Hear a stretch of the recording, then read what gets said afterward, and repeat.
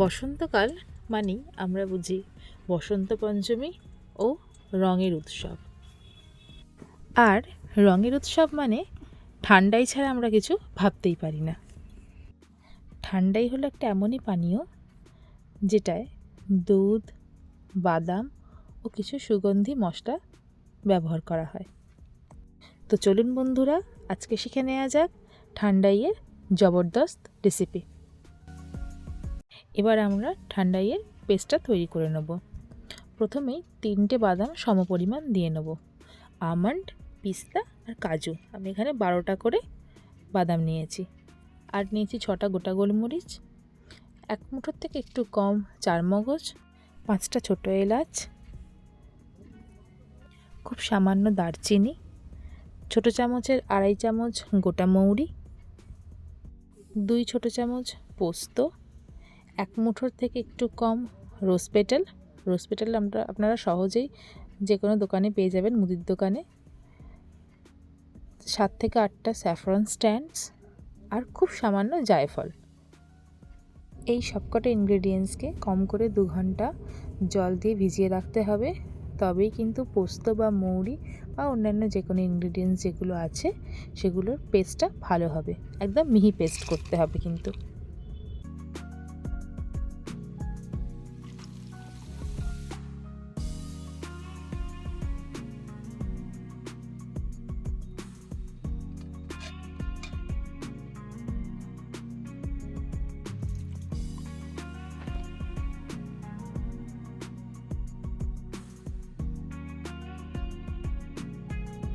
এবার দুধটা জাল দিয়ে নেব। এখানে নিয়েছি 500 ml ফুল ফ্যাট মিল্ক।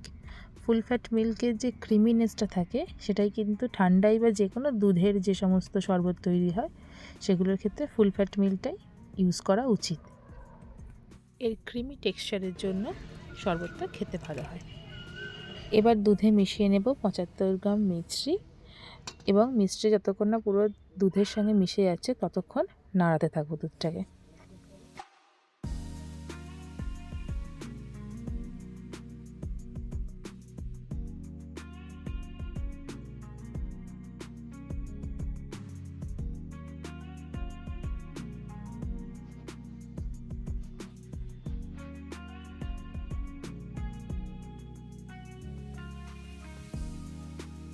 একবার চেক করে নেব মিষ্টিটা ঠিকঠাক হয়েছে কিনা। একদম পারফেক্ট হয়েছে। ঠিক এই সময় গ্যাসের ফ্লেমটা লো করে পেস্টটা মিশিয়ে দিতে হবে এবং দিয়ে খুব ভালো করে নাড়তে হবে, যেভাবে আমি নাড়ছি। তবেই কিন্তু পেস্টটা একদম দুধের সঙ্গে ভালোভাবে মিশে যাবে। এই সময় গ্যাসের ফ্লেমটা লোই রাখবেন এবং ক্রমাগত নাড়তে থাকবেন।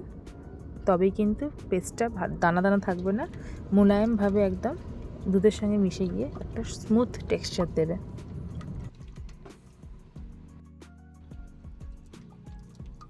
মিশিয়ে নেওয়ার পর দুধটাকে একবার জাল হতে দিয়ে তারপর রুম টেম্পারেচারে রাখবেন অন্তত 1.5 ঘন্টা। তারপর চিল হওয়ার জন্য অন্তত কমপক্ষে 3 ঘন্টা ফ্রিজে রাখতে হবে। মাথায় রাখবেন কোনো বরফ কিন্তু ইউজ করবেন না, তাহলে কিন্তু দুধের ঘনত্বটা পাতলা হয়ে যাবে এবং খেতে ভালো লাগবে না। একবার চিল হয়ে গেলে ফ্রিজ থেকে বের করে ঠান্ডা ঠান্ডা পরিবেশন করুন ঠান্ডাই। রেসিপিটি ভালো লাগলে লাইক, কমেন্ট, শেয়ার করবেন আর চ্যানেলটিকে সাবস্ক্রাইব করে পাশে থাকবেন। ধন্যবাদ।